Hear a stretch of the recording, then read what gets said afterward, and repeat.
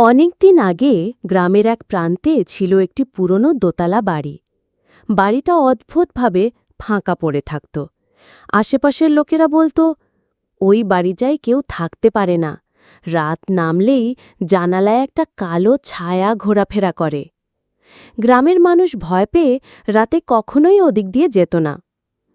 এক রাতে ৩ বন্ধু রিফাত, সায়েম আর জুবায়ের সাহসের পরীক্ষা দিতে ঠিক করল যে তারা ওই বাড়িতে যাবে। সবাই মশাল হাতে রাত ১২টার দিকে ঢুকে পড়ল বাড়ির ভেতর। ভিতরে ঢুকতেই তারা শুনতে পেল কার যেন হাঁটা চলার শব্দ। সিঁড়ি বেয়ে ওপরে উঠতেই হঠাৎ পেছনের দরজা ধপ করে বন্ধ হয়ে গেল। ৩ জনেই ভয় পেয়ে গেল, কিন্তু সাহস করে ওপরে গেল। ওপরে গিয়ে তারা একটা পুরনো আয়না দেখতে পেল।